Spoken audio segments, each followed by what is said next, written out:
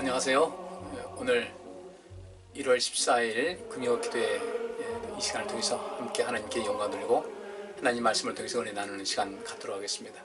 날씨가 많이 춥죠. 연년 아주 매선 한파 때문에 좀 움츠러들었을 텐데 우리 몸 더 건강하게 하셔서 춥다고 해서 이제 우리 더 위축되지 마시고 또 모든 음식 섭취 같은 거 또 이런 우리 운동하는 거 집안에서 얼마든지 할 수 있으니까요. 그런 거 잘해서 우리 몸과 또 우리 마음과 또 우리 주께서 허락하신 그 새 영을 부음받고 또 성령으로 충만해서 늘 힘있고 강건한 삶, 은혜로운 삶을 살아갈 수 있기를 바랍니다. 오늘 함께 나눌 말씀은 마가복음 9장 14절부터 29절까지 말씀 살피겠습니다. 제가 읽겠습니다.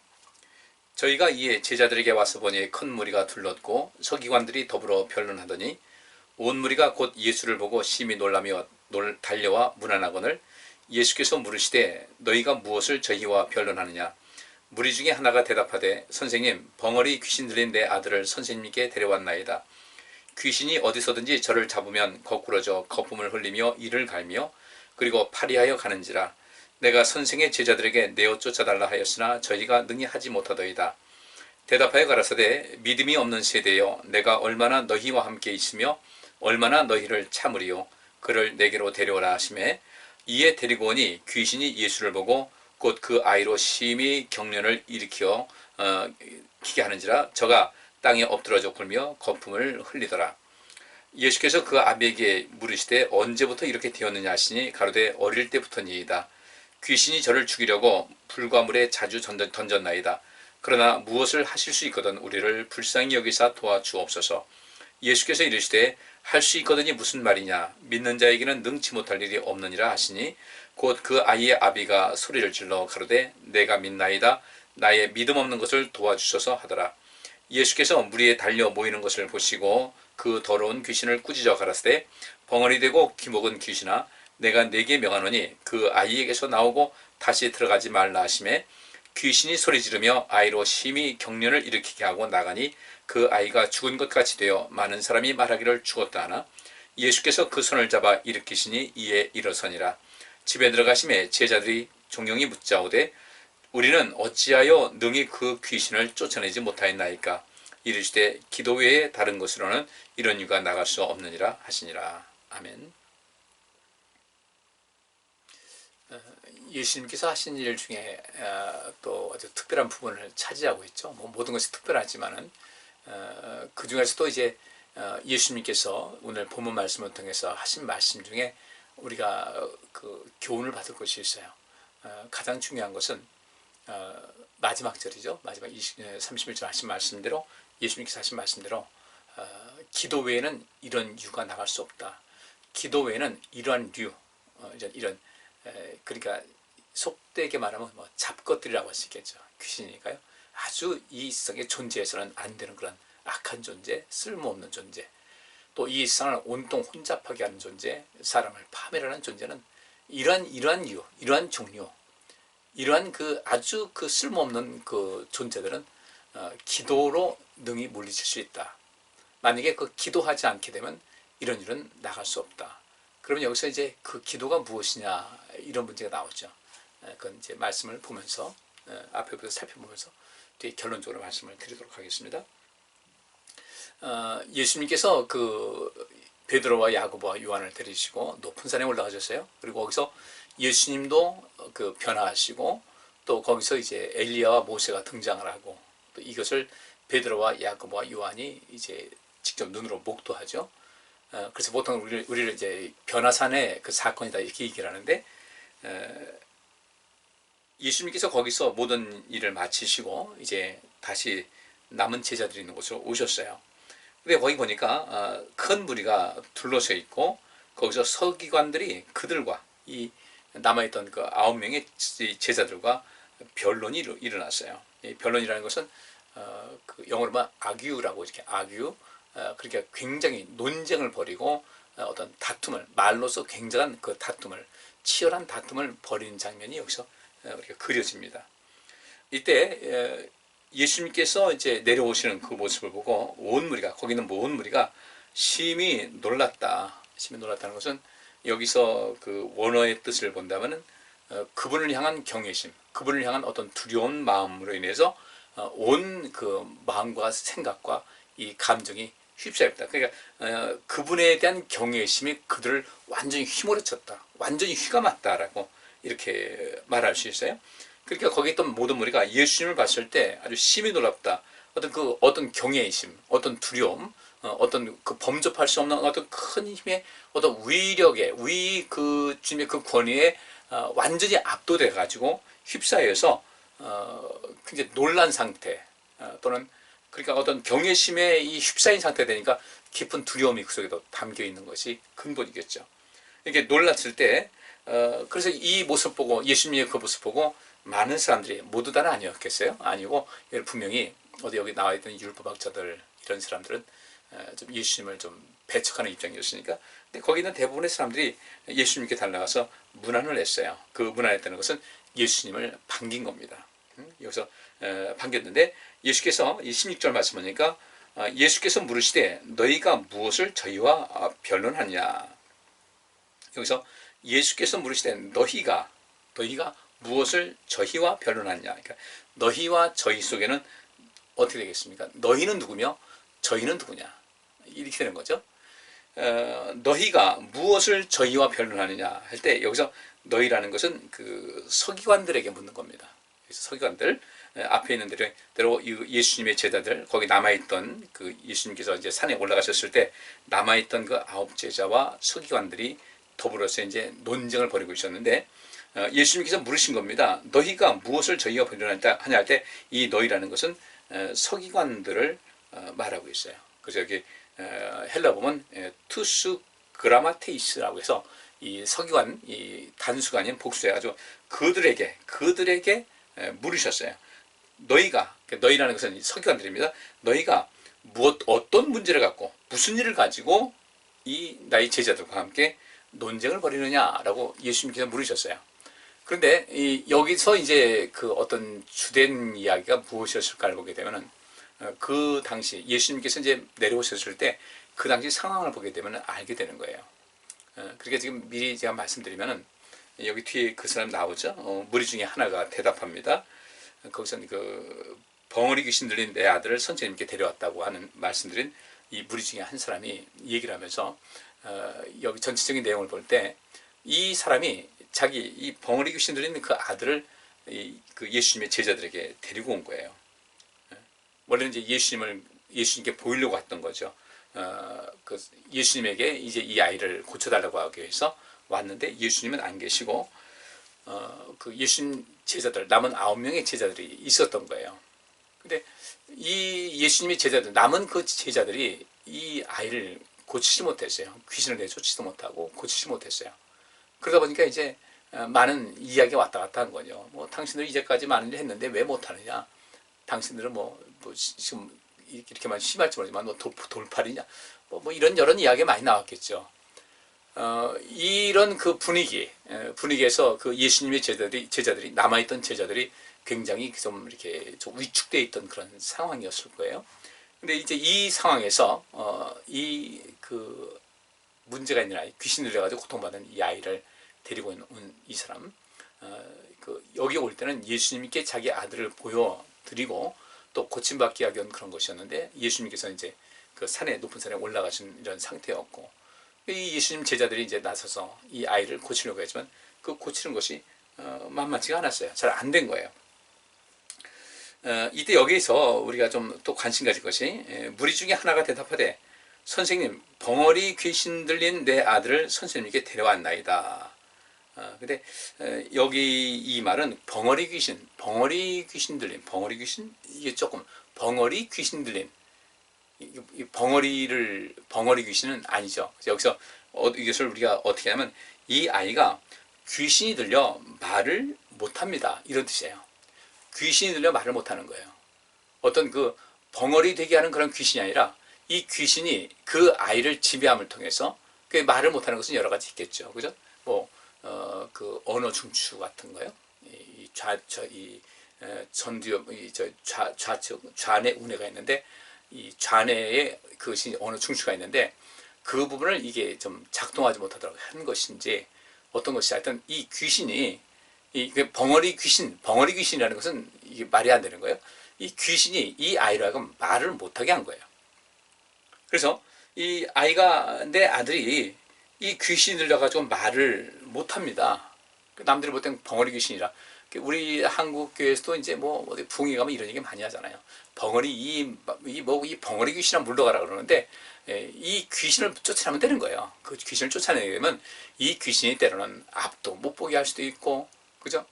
이것이 자꾸 우리 몸을 해하는 것 때문에 여러 가지를 통해서 앞을 못 보게 하고, 어떤 때는 말도 못하게 하고, 또 어떤 때는 뭐 움직이도 못하게 하고, 뭐 이런 여러 가지 그 못된 짓을 하고 있다는 것이죠. 근데 이 사람이 데리고 온 아들은 이 귀신이 들어가지고 그 귀신이 이 아이를 그 말을 못하게 막은 거예요. 어떤 악한 일을 행한 겁니다. 그래서 18절에 귀신이 어디서든지 저를 잡으면 거꾸러져 거품을 흘리며 이를 갈며 그리고 파리하여 가는지라. 이 파리해야 되는 것은 빳빳해지는 거예요.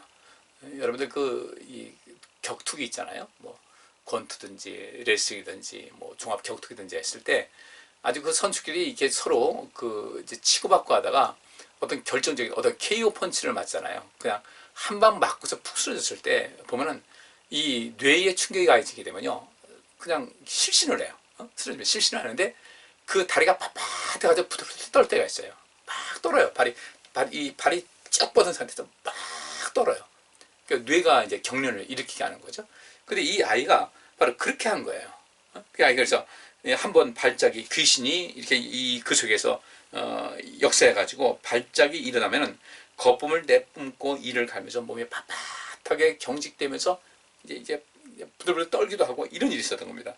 그래서 내가 선생님께 이 아이를 보여드리려고 내 아들을 보여드리려고 왔는데 선생님 안 계시고, 그래서 선생님의 제자들에게 내어 쫓아달라 했지만 제가 능히 하지 못했습니다. 이때 예수님께서 하신 말씀이 19절에 대답하여 가라사대 믿음이 없는 세대여 내가 얼마나 너희와 함께 있으며 얼마나 너희를 참으리요 그를 내게로 데려오라 이렇게 말씀하셨어요. 근데 여기서 예수님께서 그 제자들에게 하신 말씀이 믿음이 없는 세대여 라고 했는데 마태는 또 이렇게 표현합니다. 마태복음 17장 17절 보면 이렇게 마태는 기록하고 있어요. 믿음이 없고 패역한 세대여 이렇게 말씀하십니다. 마태복음은 그렇게 기록이 되어 있어요. 이 마가는 믿음이 없는 세대여 라고 하는데 마태는 믿음이 없고 패역한 세대여 이렇게 기록을 했어요. 그러면 여기서 믿음이 없다는 것은 과연 무엇일까? 그러니까 이것은 예수님께서 이 말을 바꿔 말하면 너희에게 믿음이 있다면 충분히 이 아이를 자유케 할 수 있지 않겠냐. 근데 너희 왜 이렇게 믿음이 없느냐 이거예요. 믿음이 없는 이 세대, 내가 얼마나 너희와 함께 있으며 얼마나 너희를 참으리요. 내가 잠시 잠깐 이 자리를 비웠으면 너희가 내가 없는 동안에 이런 아이가 이런 상황이 있는 이 사람들을 또 귀신도 쫓아내고 병도 고쳐주고 했어야지 내가 얼마나 너희와 함께 있어야 되겠냐, 얼마나 너희를 참을 것이냐. 이 오늘 본문 말씀은 예수님의 사역 거의 후반기에 갑니다. 이제 고난일 때가 이제 얼마 남지 않은 그런 때였어요. 그런 시기인데 내가 얼마나 너희와 더 함께 있어야 되겠냐, 얼마나 오래도록 너희와 더 있어야 되겠냐. 또 하시면서 너희를 참으리요. 참는 것은 내가 얼마나 이것을 내가 인내하고 너희가 어떤 경지에 이를 수 있도록 내가 인내하고 또 내가 그 가운데서 어떤 고통을 여기 참는다는 것은 고통당하는 것을 고통당한다는 그런 뜻이 있어요. 주님께서는 빨리빨리 이 일을 이루셔야 될 텐데 그래야 이 제자들이 그 일을 이룸을 통해서 주님께서는 더 큰 일을 이제 몰입을 할 수가 있는데 이게 안 되니까 주님께서 좀 단식하신 거예요. 믿음이 없는 세대요. 마태는 믿음이 없고 패역한 세대요. 그럼 이 자체를 보게 되면은 첫째로는 예수님 제자들이 이런 일을 행하지 못한 것, 이 아이에게서 귀신을 쫓아내지 못한 것은 첫째로 믿음이 없었다. 그리고 이제 마태의 그 기록을 통해서 볼 땐 믿음이 없고 패역하다는 거예요. 믿음이 없으니까 패역한 거죠. 믿음이 없고 패역한 거. 그러면 왜 예수님의 제자들에 대해서 패역이라는 그런 어떤 극단적인 용어를 주께서 쓰셨을까? 뒤에 그것은 이 믿음이 없고 패역한 세대라는 그 말씀은 오늘 본문 말씀의 끝에 있는 대로 기도 외에는 이런 아주 불량스럽고 아주 악한 그런 존재를 물리칠 수가 없다. 결국은 이 귀신을 내어 쫓지 못한 것은 첫째로 믿음이 없어서 그런 것이고, 그들 마음이 패역했다는 거예요. 패역했다. 그럼 패역이 무엇일까? 좀 이따 우리 좀 보시겠어요? 그러면 믿음이 없다라는 그 말씀 한번 보시자고요. 이 믿음이 없다는 것은 무엇일까? 예수님의 제자쯤 됐으면, 이전에도 예수님께서 그들을 또 짝지어서 보내시고, 뭐 그들은 굉장한 역사를 이루었고, 귀신 쫓겨나고 다 했는데, 그럼 믿음이 없다는 것은 과연 무엇을 말할까요? 지난 수요일에도 로마서 4장을 통해서 이제 우리가 믿음으로 영원한 생명을 얻는다. 믿음으로 우리가 구원받는다는 거예요. 믿음으로 의롭다 여기는 받는다. 하나님의 율법을 행함으로 의롭다함을 여기는 것이 아니라 믿음으로 의롭다 여기는 받는다라는 것은 신앙 초기의 문제예요. 신앙 초기의 문제고, 그 신앙 초기의 문제는 쭉 가는 거예요. 그죠? 신앙 초기의 문제. 믿음으로 말미암아 의롭다함을 받는 것이지, 행함을 통해서 의롭다 여기면 받는 것은 아니라, 바울이 하는 이야기입니다. 그것은 평생 가는 그런 그 원리예요. 그거요. 근데 평생 가는 원리에다가 이제 오늘 그 예수님께서 이 믿음이 없는 세대라고 할 때 주께서 원하시는 믿음은 또 하나가 있어요. 그러니까 우리가 처음 예수 그리스도를 영접하고 거기서 이제 하나님의 자녀가 되는, 그리고 우리의 1차적으로 영원한 생명으로 옮겨가는 그 초창기의 믿음. 그러니까 우리 사람들마다 다 믿음 생활하는데, 초기, 그 인생에서 초기에 경험하는 하나님의 은혜, 초기에 경험하는 그 믿음. 우리 신앙생활을 해가지고 하나님을 알고 예수 믿은 후에 예수 믿는 그 초기에 우리가 갖는 그 믿음이 무엇이냐면은, 우리는 우리의 행위로 구원을 받을 수가 없다는 거죠. 그러니까 우리는 이 믿음으로 의롭다 여김 받는다는 사실을, 거기서 믿음이라는 단어를 굉장히 우리가 의미 있게 봐야 돼요. 거기서 말하는 우리가 이 예수 믿다 신앙생활 할 때 그 초기에 형성돼서 구원에 이르게 하는 그 믿음, 이것은 무엇일까 봤을 때, 첫째로는 하나님에 대한 존재, 하나님이 존재하신다는 사실, 하나님의 존재를 믿는 믿음이 1차적인 거예요. 하나님이 어떤 분인가를 우리가 알아야 되죠.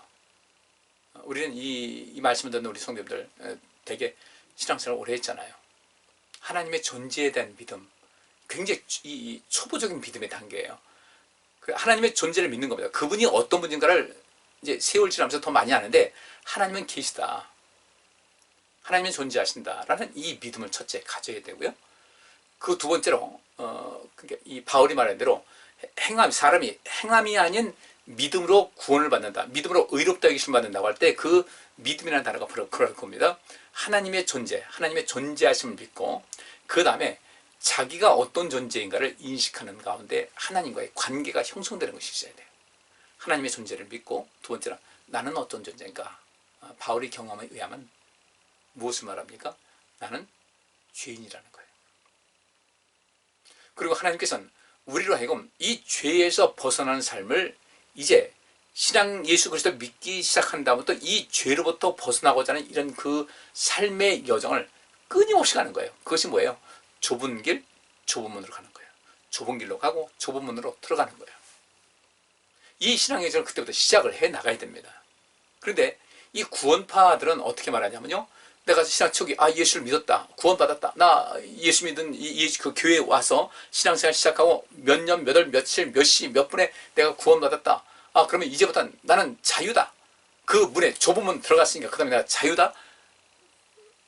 그렇게 나는 어떤 일을 행해도 문제가 없다, 죄와는 상관이 없다, 이미 미래의 죄까지 용서해 주셨으니까 나는 괜찮다, 아무렇게나 막 살자는 거예요.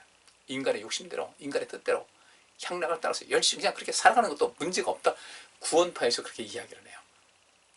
그런데 이 믿음이라는 것은 초창기, 그러니까 입문하는 그 믿음이라고 할 때 하나님이 어떤 존재인지를 알고, 그 다음에 그 가운데서 나는 어떤 존재인가를 알아야 돼요.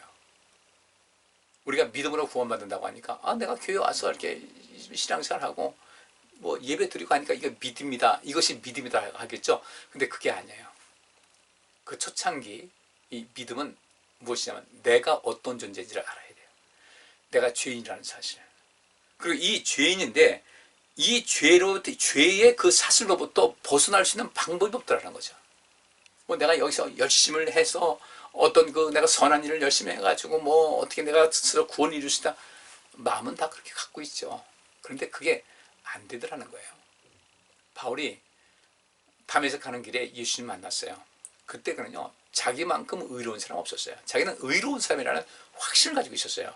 그런데 예수님 만나고 나서 나는 의인인 줄 알았는데, 나는 선을 행하는 사람이고 의인이고 올바른 사람인 줄 알았는데, 불사 율법에 능통하다고 자타고 홍해하는 자기 자신이 하나님의 아들 예수 그리스도를 핍박하고 그분을 따르는 사람들을 죽이고 고문하고 때리고 고통스럽게 했다는 거예요. 그는 그 다음에 이제 그런 모든 죄를 어떻게 하면 벗어버릴까, 내가 이렇게 애써서 하면 될까, 이러면 좋을까 저러면 좋을까, 안 되더라는 겁니다. 그래서 어떻게 다시 보상할 수 있는 방법, 내가 빚 갚는 마음으로, 하나님께 빚 갚는 마음으로 뭔가를 어떤 일을 행해야 내가 죄가 용서를 받을까, 그게 아니었다. 그것이 불가능하다는 것을 알았어요. 과거에 지은 죄를 여기서 용서받기 위해서 어떤 일을 행한다 할지라도 끊임없이 매일매일 생활 속에서 죄에 노출되고 죄의 유혹을 받고 죄를 짓고 하는 것이 자기 인간인 것을 깨닫게 됐거든요. 그래서 그는 어떻게 한 겁니까? 하나님께 오라, 나는 곤고한 자다. 저는 죄인일 수밖에 없습니다. 내가 어찌 하나님께서 말씀하시는, 하나님께서 정하신 의인의 수준에 갈 수 있겠습니까? 하나님께서 정하신 의인의 수준이 아니라 할지라도 이 세상 살아갈 때 죄를 지을 수밖에 없는 그런 존재라는 사실을 깨달았던 거예요. 그리고 거기서 나와서 하나님 어떻게 해야 됩니까? 하나님이 이 세상을 창조하신 분이고 우리를 여전히 사랑하시는데 그 사랑 안에 우리가 도달하기 위해서는 어떻게 해야 되겠습니까? 내가 내 죄를 깨달았습니다. 내가 죄인 것을 깨달아서 어떻게든 이것을 보상하고 다시금 회복하려고 애를 썼는데 그것 자체가 수고는 하는데 안 되더라 이거죠.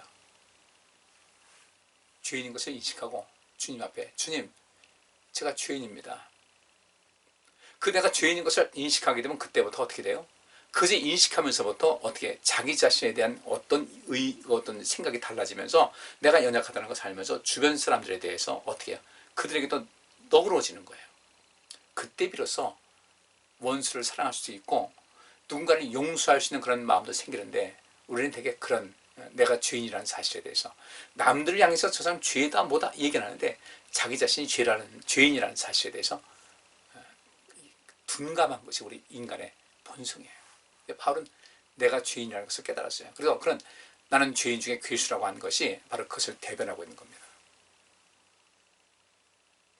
그리고 내가 죄인입니다. 내 힘으로는 어찌할 바가 없습니다. 나는 어떻게 되겠습니까? 주님께 나가서 나의 연약함을 고백을 하고 하나님 내가 주님을 열심히 따르겠습니다. 내가 죄인인데 어떻게 할 수가 없습니다. 내가 열심히 행위로 어떤 것을 변화해도 안 됩니다 할 때 그래 내가 나를 믿느냐 묻는 거죠. 내가 나를 믿느냐, 내가 죄인 되면 믿느냐, 내가 너를 죄를 사함을 가지시는 모든 권세가 있는 것을 믿느냐. 믿습니다. 주님 저도 이 죄의 상태에서 벗어나시기를 바랍니다. 근데 안 됩니다. 내가 어떤 것을 조금 이 과거의 지은 죄를 회복하려고 이렇게 했음에도 불구하고 또 다른 죄가 나를 기다리고 있고 내가 범하게 되고 그때 주님께서 그래 내가 너를 도울 테니 나를 믿겠느냐, 나를 믿으라, 내가 너를 돕겠다. 그리고 그러면서 이제 우리 자신이 수고하고 노력을 하고 애쓰는 가운데서 성령님을 보내주셔서 우리로 하여금 그 모든 것이 이길 수 있는 힘을 주시는 이 관계. 그 다음에 예수님께서 여기서 믿음이 없는 세대라는 것은 초보 단계는 벗어났어요. 근데 그 다음에 말하는 계속해서 발전하는 믿음은 무엇인가 봤을 때 이제부터는 하나님의 뜻을 이제 우리가 행하는 거예요. 내가 죄인이지만은 이 죄로부터 벗어나기 위해서 내가 주를 위해서 열심히 살고 주의 뜻대로 살고자 하는 그런 모든 것, 이것이 바로 생명사역이거든요. 그 일을 해 나가야 되는데 어느 날인가 보면 신앙이 좀 자라난다 딱 정체가 돼가지고요 머물러 있는 거예요. 지금 이 당시에 예수님 제자들이 바로 그런 상태인 겁니다. 딱 정체가 됐어요. 잘 나갔어요. 둘씩 나가가지고 전도도 하고 귀신 쫓아내고 병도 잡아주고 했는데 어느 순간에 딱 정체가 돼버린 거예요. 그러니까 이렇게 귀신 들리는 아이를 데리고 왔는데 이 아이를 또 이 아버지를 전혀 도울 수가 없었던 거예요. 그래서 주님께서 말씀하시기를 믿음이 없는 세대요, 패역한 세대요. 왜 믿음이 없고 패역했을까? 그들은 이 정도면 됐다는 거죠. 그가 처음 우리가 하나님 믿어서 내가 의인이라 칭함받는 것은 주님 내 힘으로는 안 됩니다 하고 주님만이 하실 수 있습니다 하고 주님께 겸손히 머리 숙여 무릎 꿇고 주의 도우심을 구하고 내가 죄인인 것을 고백하고 또 이 모든 것을 이길 수 있도록 주님 도와달라는 이 모든 것이 됐는데 어느 때가 딱 되니까 매너즘에 빠진 거예요. 뭐 죄 고백하는 거, 죄 사함하는 거, 그렇지 뭐 내가 그래도 하나님께 나와서 예배하는데 이 정도야 뭐 별 문제 없지, 이렇게 생각이 들게 되는 거예요. 제자들이 그 곳에 빠진 거예요. 그러니까 귀신이 꼼짝을 하는 거예요. 그들 수준을 알았기 때문에. 여기서 믿음이 없는 세대라는 것은 이제 하나님의 은혜로 구원받은 사람으로서 이제는 우리가 하나님에 대한 은혜를 알아야 되잖아요. 감사할 줄 알아야 되고 그 은혜를 알아야 되고, 그래서 예수님께서 성찬식을 행하라고 하면서 나를 기념하라, 나를 기억하라 하신 것인데 이 주님을 기념하고 주님을 기억하는 것이 사라진 거죠. 그야말로 매너리즘에 빠져가지고 그냥 나간 거예요. 이 아이가 와서 고통받고 있는 것을 호소했을 때 예수님께 호소했던 것 같이 똑같이 그 아버지가 하지 않았겠습니까? 근데 이 제자들은요, 뭐 이까짓 거 뭐 이 정도 일이야? 매너리즘에 빠졌다는 것은, 정체됐다는 것은요, 무엇이 문제인가? 영혼을 사랑하는 마음이 사라진 거예요. 그때부터 내가 주님의 은혜가 아니면 살 수 없습니다라는 그 고백으로 처음 신앙생활 시작했는데 어느 때가 되니까 주님의 은혜가 없어도 살 것 같은 이런 모습이 되어버리는 거예요. 신앙이 무미건조해지죠. 하나의 어떤 직업적인 모습으로 바뀌는 겁니다. 그 귀신이 거기서 쫓겨나겠어요? 적어도 오늘 결론적으로 말씀드리면요, 예수님께서 이 아이를 고치셨잖아요. 결국에 고치셨고 이 모든 것을 새롭게 하셨어요. 뭐 귀신이 이 아이를 죽이려고 뭐 불가물에 자주 던졌어요. 이 발작이라면 귀신이 자꾸 그 속에서 요동을 하게 되면요, 아이는 그냥 그때마다 불 속이나 물 속으로 마구 뛰어들어서 죽을 고비를 많이 넘겼다는 거죠. 그래서 여기서 주님께 우리를 불쌍히 여기셔서, 여기서 불쌍히 여기셔서 할 때 불쌍히 여긴다는 것은 동정심을 느끼다, 동정심을 갖다 열정을 갖다는 거예요. 이 얘기는 뭡니까? 예수님께서는요, 이 아이를 봤을 때 불쌍히 여기는 마음이 있었고요, 이 아이를 자유케 해야 되겠다는 그 열정을 가진 거예요. 하나님을 향한 열정이 그렇고요. 우리 성도님들도요, 우리가 신앙생활 제대로서 주님께로부터 이 믿음이 없고 패역한 세대라는 이 말씀을 듣지 않으면요, 우리가 누군가에 대한 동정심을 느낄 수 있어야 되고 그들을 살리고 온전케 해야 되겠다는 열정을 가지고 있어야 돼요. 그러면요, 우리 삶 속에서 놀라운 역사가 있는데 우리 속에 열정이 없어졌어요. 열정이 없으니까 사랑 대신 미움이 자리하고, 동정심 대신은 남을 비아냥거리고, 저렇게 사는 게 저렇게 세지, 잘 좀 살지, 이런 식으로 바뀌더라는 겁니다. 그리고 나타나는 것은 뭐예요? 자기 의만 자꾸 드러내는 거예요. 진정한 의는 의롭다 여김받는 것은 자기가 죄인인 것을 고백하고 내 힘으로는 안 됩니다 하면 주님께 도우심을 구할 때 의인이라 칭함받게 되는데, 동정심을 갖지 않아요. 그때부터 판단하기 시작합니다. 정죄하기 시작합니다. 비난하기 시작합니다. 영혼을 사랑하는 열정이 없어요. 영혼을 구하고자 하는 열정이 없어요. 열정이 없으니까 사랑이 없죠. 사랑 없으니까 어떻게 돼요? 미움이 그 속에 자리하게 되고 여러 가지 그 부정적인 그런 것이 자리하게 돼요. 그러면서 이것이 사단, 이 귀신들은 얼마나 기뻐하겠어요? 사단이요, 얼마나 기뻐하겠어요? 그러니까 여기서 이 일을 이루지 못한 것이죠. 예수님께서 그러면서 이제 병자를 고치시는데 이제 결론을 내리겠습니다. 제가 이건 좀 더 자세하게 할 수 있으면 좋은데 이것이 길면 좀 이렇게 아무래도 동영상 보는 것이 좀 지루할 것 같아서 여기서 말씀을 마치겠습니다. 마지막에 예수님께서 이 아이를 이제 치료하셨어요. 고치셨어요. 귀신을 쫓아내셨어요. 그때 이 제자들이 머쓱해가지고 주님께 찾아와서 어떻게 해서 우리가 이 귀신을 쫓아내지 못했습니까? 라고 물었어요. 그랬더니 예수님께서 하신 말씀이, 기도 외에 다른 것으로는 이런 이유가 남을 수 없다. 기도 외에는 이런 이유, 이런 아주 형편하고 없고 그 의미 없는 이런 존재, 없는 것이 더 나은 이 존재, 악한 존재들을 쫓아낼 수가 없다. 여기서 기도는 뭐겠어요? 여기 기도는 뭐겠어요? 프로슈케라는 단어입니다. 우리가 보통 구하라 주실 것이 하는데 그 구하는 것하고 다른 거예요. 이 프로슈케예요. 하나님께 간절히 구할 때, 주님, 이 아이가 너무 어려운 그 고통을 당하고 있습니다. 아버지 하나님 불쌍히 여기시옵소서 하면서 하나님께서 우리를 불쌍히 여기신 것 같이, 예수님께서 우리를 불쌍히 여긴 것 같이 이 아이를 불쌍히 여기는 마음을 갖고 있어야 돼요. 그리고 이 우리를 불쌍히 여겨달라는 그 말에 열정 간다는 말씀이지 않습니까? 이 아이를 살려야 되겠다는 열정이 있어야 되는 거예요. 곧 하나님의 마음을 가지고 이 아이를 고치기 위해서 애쓰는 그런 모습. 절대적으로 이 아이를 고치려고 하되 하나님 도우소서, 하나님이 이 아이를 불쌍히 여겨 주옵소서 해서 자기는 그 역할, 중간 역할만 하면 되는데 자기들이 얼마든지 이 아이를 고칠 수 있다고 생각을 한 거예요. 귀신 쫓아낼 수 있다. 귀신은 알아요. 이 귀신이 누구를 제일 무서워하는지 아십니까?